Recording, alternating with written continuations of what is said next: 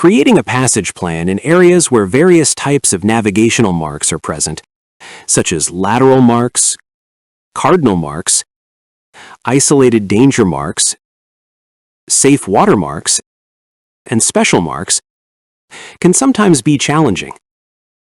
This is particularly true for lateral marks, as they are the only type that differ between Buoyage regions, while all other marks are common to both regions. In this video, we will focus on lateral marks and their practical application in passage planning.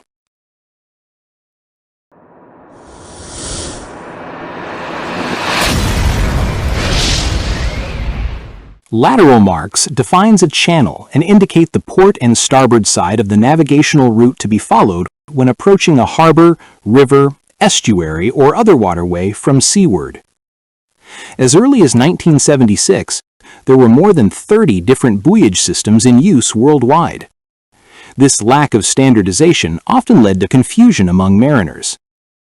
To address this, the IALA or IALA Maritime Buoyage System, known by its full form as the International Association and Lighthouse Authorities, or the International Association of Maritime Aids and Lighthouse Authorities, established a unified system to provide a safe navigation globally. IALA introduced a system divided into two regions, Regions A and Region B.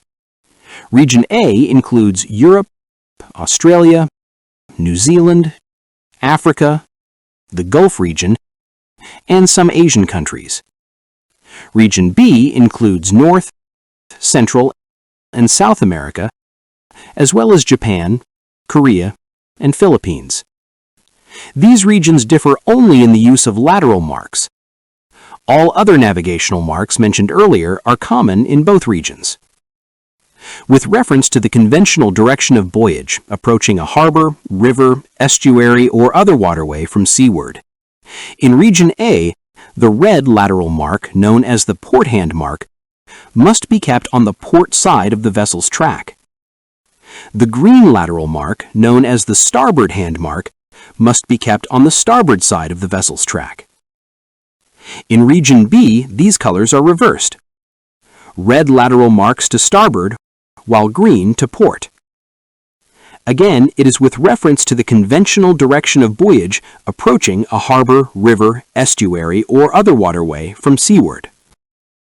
Before proceeding to the application of lateral marks in passage planning, it is important to understand some key characteristics of these marks.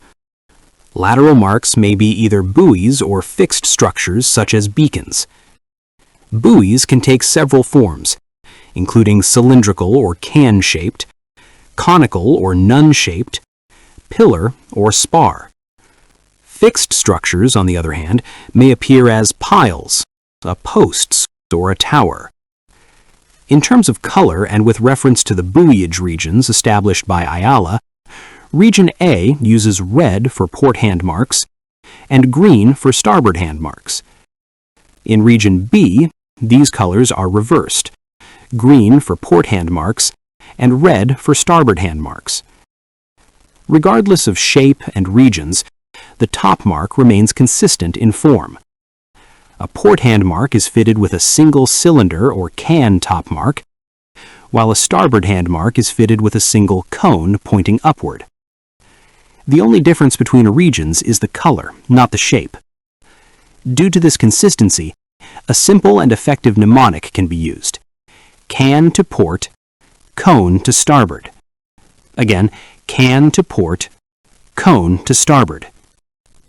It is also important to note that some lateral buoys or beacons may not carry top marks. In such cases, the shape of the buoy or beacon itself serves as the identifier. When lateral marks are fitted with lights, the color of the light corresponds to the color of the mark. These lights may exhibit various phase characteristics, such as quick flashing, flashing, long flashing, or group flashing. However, composite group flashing 2+1 is not used for standard lateral marks, as this characteristic is specifically reserved for preferred channel marks, which are a modified form of lateral marks. This will be discussed later in the video. Let us examine this chart. This section lies within Region A. Assume we are planning a passage as an eastbound vessel approaching the Elbe River bound for Hamburg, Germany. When laying down the planned track, the red lateral marks must be kept on the port side, while the green lateral marks must be kept on the starboard side. Where top marks are fitted, we can clearly observe the principle: can to port, cone to starboard. Now let's consider another chart. This section is located in the United States, which belongs to Region B. A vessel is approaching the harbor. The planned track must again be laid between the lateral marks. However, in this region, the color system is reversed. Red marks indicate the starboard side, while green marks indicate the port side. Despite this difference in color, the shapes of the top marks remain the same. A can-shaped top mark indicates the port side, and a cone-shaped top mark indicates the starboard side. This reinforces the same mnemonic: can to port, cone to starboard, regardless of regions. However, consider a different scenario. This chart section is from China, which is within Region A. Assume we are preparing a passage plan as a westbound vessel approaching a river. Let's take a closer look at this section. When laying down the track, red marks to port and green marks to starboard relative to the direction of buoyage. If any uncertainty arises, always refer to the top marks and recall the mnemonic: can to port, cone to starboard. This rule applies consistently regardless of whether you are navigating in Region A or Region B. Let us examine this chart section in Singapore, which falls under Region A. Assume we are preparing a passage plan from this point toward the port. The first leg of the planned track may be laid as shown.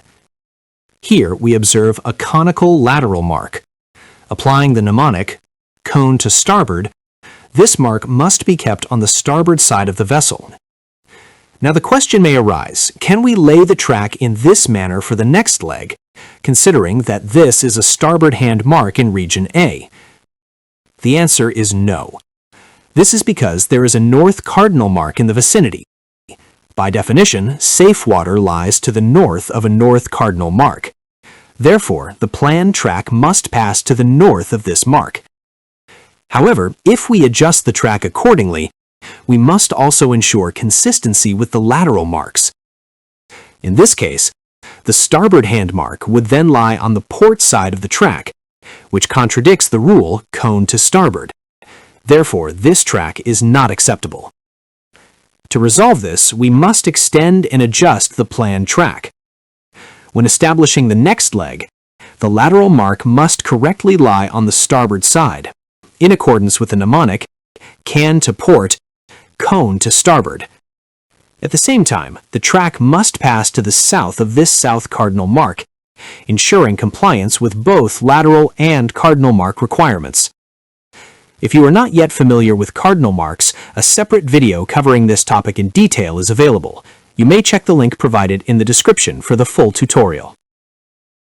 At the point where the channel divides, a modified lateral mark, known as a preferred channel mark, is used to indicate the recommended route. The alternative route is considered the secondary channel.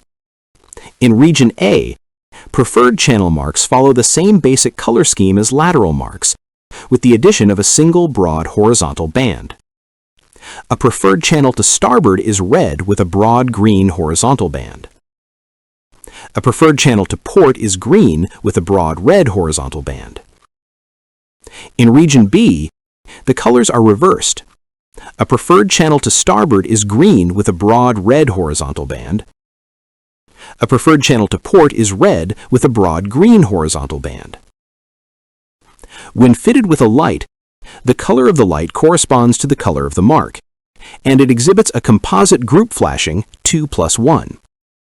This light pattern is the same for both port and starboard preferred channels, only the color differs. Although preferred channel marks may initially appear more complex than standard lateral marks, their top marks remain consistent. A cylindrical can top mark indicates the port side, while a conical top mark indicates the starboard side. Therefore, when creating a passage plan, with reference to the conventional direction of buoyage, approaching a harbor, river, estuary, or other waterway from seaward, the same reliable mnemonic can be applied for preferred channels. Can to port, cone to starboard. If any confusion arises, particularly with color differences between regions, always refer to the top mark, as this principle applies consistently in both Region A and Region B. That concludes this discussion. I hope you found this video helpful. Thank you for watching, and see you in the next one. Bye.